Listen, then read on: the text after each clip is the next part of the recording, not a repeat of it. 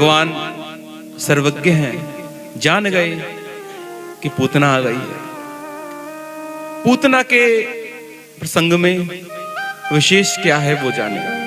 कथा तो आप सब जानते हैं कि पूतना आई, भगवान ने नेत्र बंद किए, स्तनपान किया, पहले उसके पुण्यों को पिया, फिर पापों को पिया, फिर प्राणों को पिया।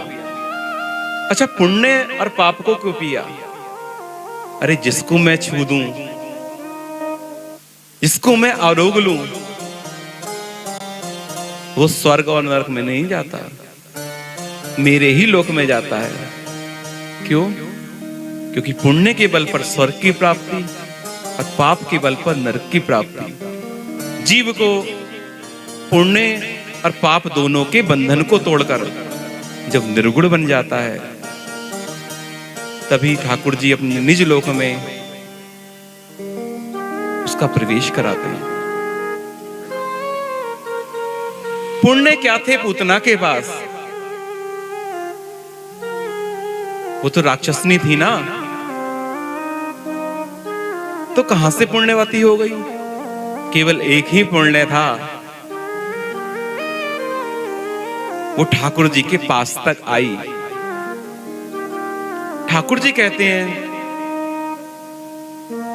कि तू मेरे समीप आने की कोशिश तो कर, मैं तुझे मिलूंगा।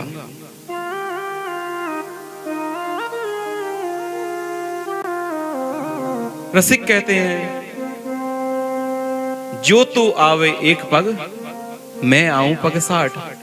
भगवान की प्रतिज्ञा है ना कि तू मेरे मार्ग पर एक कदम तो चल, मैं तेरी तरफ 60 कदम चलूंगा।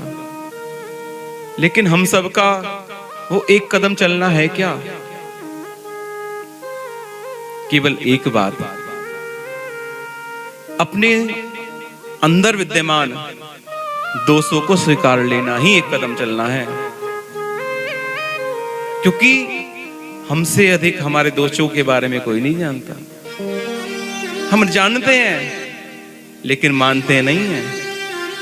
सुबह शाम आरती करेंगे और क्या कहेंगे? मैं मूर्ख खलकामी, यही कहते हैं ना। लेकिन इसी सत्य को अगर कोई मंदिर से बाहर निकलते ही कहते कोई, अरे मूर्ख, अरे खल, अरे कामी, चप्पल बाद में पहनेंगे, लड़ेंगे उससे पहले।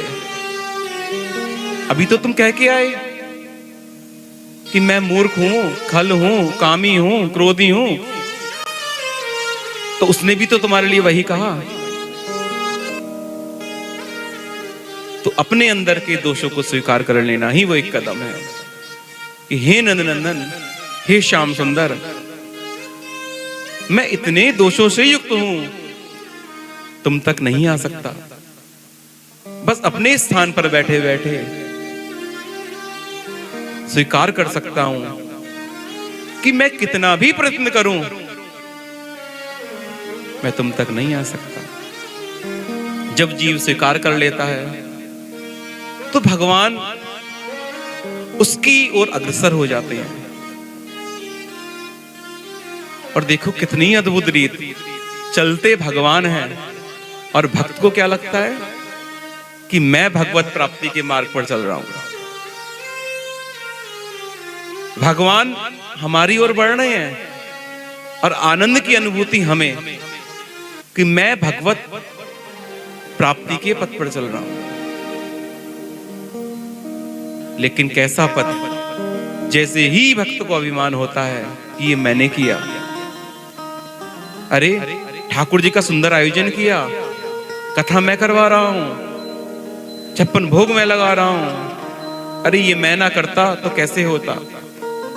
अरे ठाकुर जी, सुबह 4 बजे उठ के कार्तिक में तुम्हारी सेवा करता हूं, तुम्हारी मंगला करता हूं, तुम्हारा उत्थापन करता हूं, कितनी कितनी सेवाएं आपकी मैं करता हूं। ठाकुर जी पुनः अपने मार्ग को चले जाते हैं और उस भक्त का पतन हो जाता है।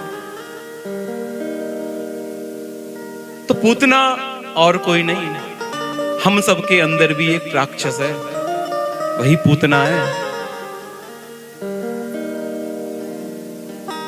भगवान कहते हैं कि तुम अपने वास्तविक रूप में मेरे सन्मुख आओगे तो मैं तुम्हें देखूंगा। लेकिन पूतना क्या करके गई? अपना रूप बदल के आई। हम सब भी बिहारी जी जाएंगे, अरे फोन कर देंगे कुछ लोग को, गोसाई जी हमारे लिए प्रसाद रख लेना। वीआईपी दर्शन होना चाहिए, वीआईपी नहीं वीवीआईपी। अरे तुम भगवान के मार्ग पे आकर भी, भगवान के दर पे आकर भी वीवीआईपी बनते हो।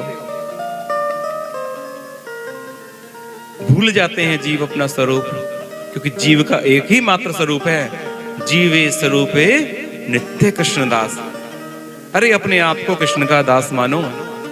लेकिन हम जज हैं, अरे हम वहां के नेता हैं, ये हैं वो हैं।